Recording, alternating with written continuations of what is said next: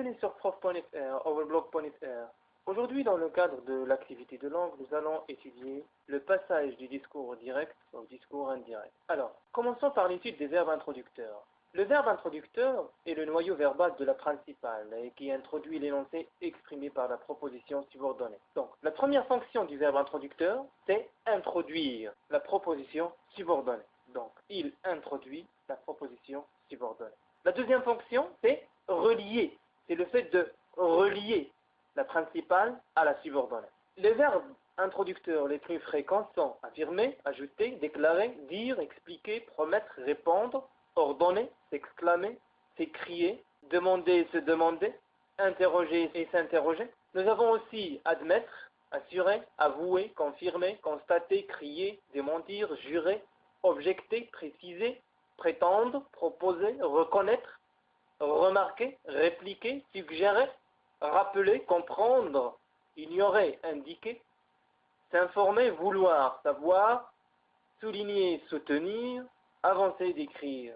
Et la liste est longue. La transformation des temps des verbes du discours direct au discours indirect. Alors, si le verbe introducteur, c'est-à-dire le noyau de la proposition principale, est un temps présent ou futur, bien sûr de l'indicatif, alors là, le temps des verbes de la proposition subordonnée ne change pas quand il est présent, imparfait, passé composé, plus que parfait, futur simple, conditionnel présent, passé, subjonctif.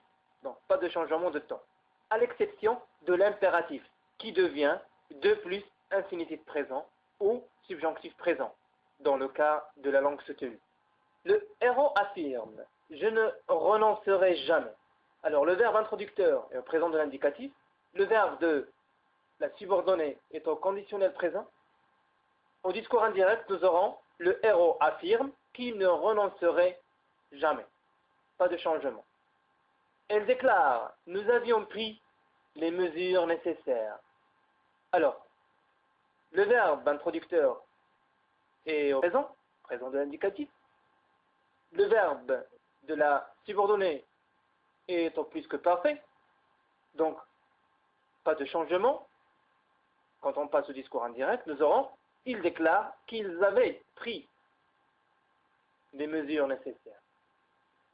Maintenant, si le verbe introducteur, le verbe de la proposition principale, le noyau verbal de la proposition principale est un temps passé ça peut être passé simple, passé composé, imparfait, etc. Alors là, nous avons des changements.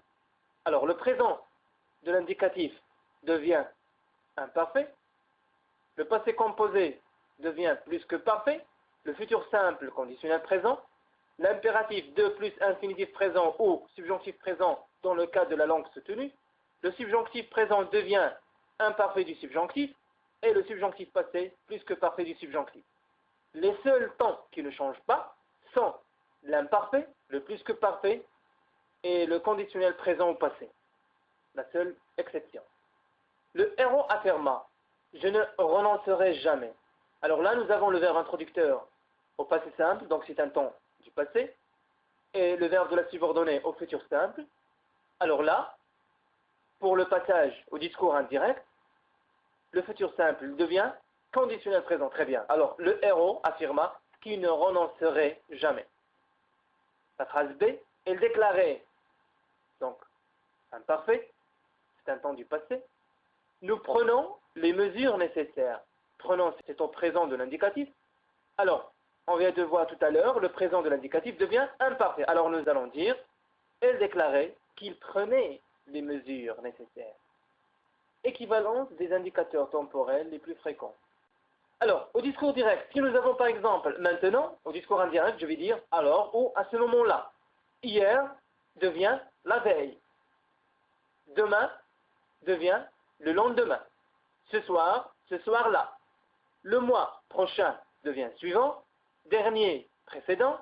L'autre jour, quelques jours avant, ou bien auparavant. Dans 2 jours plus tard, ou 2 jours après. Donc, on s'est contenté de quelques exemples. Équivalence des pronoms personnels du discours direct au discours indirect. Alors, je, tu, il et elle deviennent il ou elle. Je, tu ou je. Donc, cela dépend du contexte. Tu, je ou bien tu. On demeure on.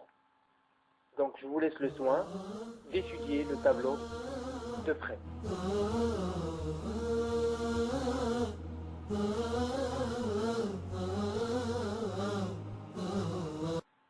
Les possessifs, les terminaux et pronoms.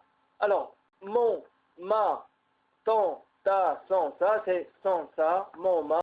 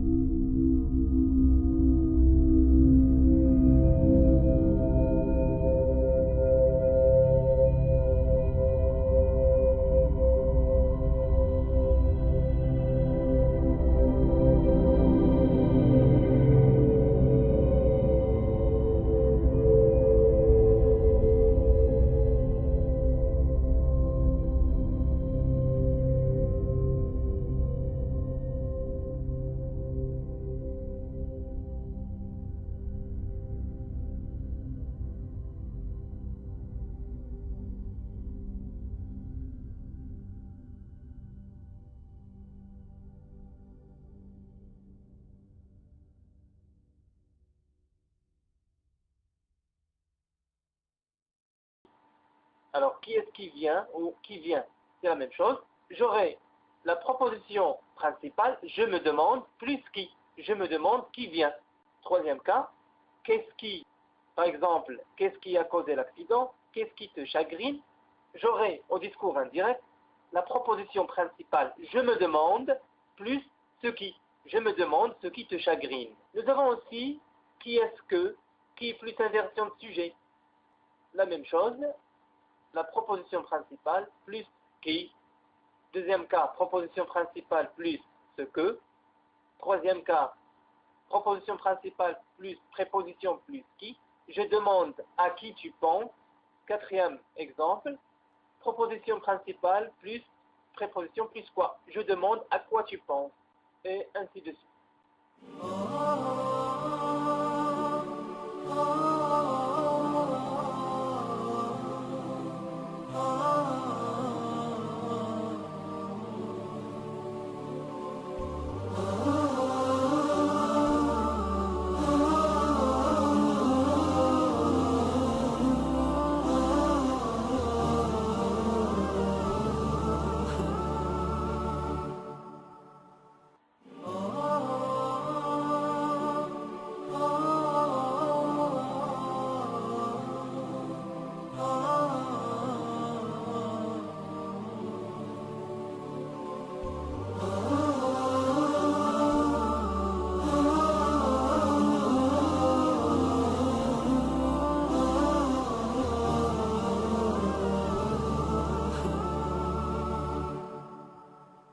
Alors, maintenant, des expressions qui ne peuvent pas être facilement transposées au discours indirect. Alors, oh, qu'il est beau, soupira-t-elle. Au discours indirect, dans ce cas, on dit, elle s'exclama en soupirant qu'il était vraiment beau. Merci ma chère pour tes beaux compliments. Au discours indirect, nous aurons, il remercie à son épouse pour ses beaux compliments. Je ne te crois pas, rougit-elle de colère. Au discours indirect, nous aurons, elle a refusé de les croire, en rougissant de colère. Ou bien, elle lui annonça, en rougissant de colère, qu'il ne le croyait pas. C'est-à-dire que, au discours indirect, nous aurons Il a hésité longtemps avant de répondre. Bien sûr devient il était d'accord. Viendras-tu nous rejoindre au café vers 20 heures? Absolument pas. Alors nous allons dire il refusa de les rejoindre au café. Donc cela dépend du contexte. Viendras-tu avec nous au cinéma ce soir? Volontiers. Il accepta de bon gré d'y aller. Sapristi, nom d'un chien. Il s'est montré furieux, indigné, étonné, exaspéré. Fin de cette séance.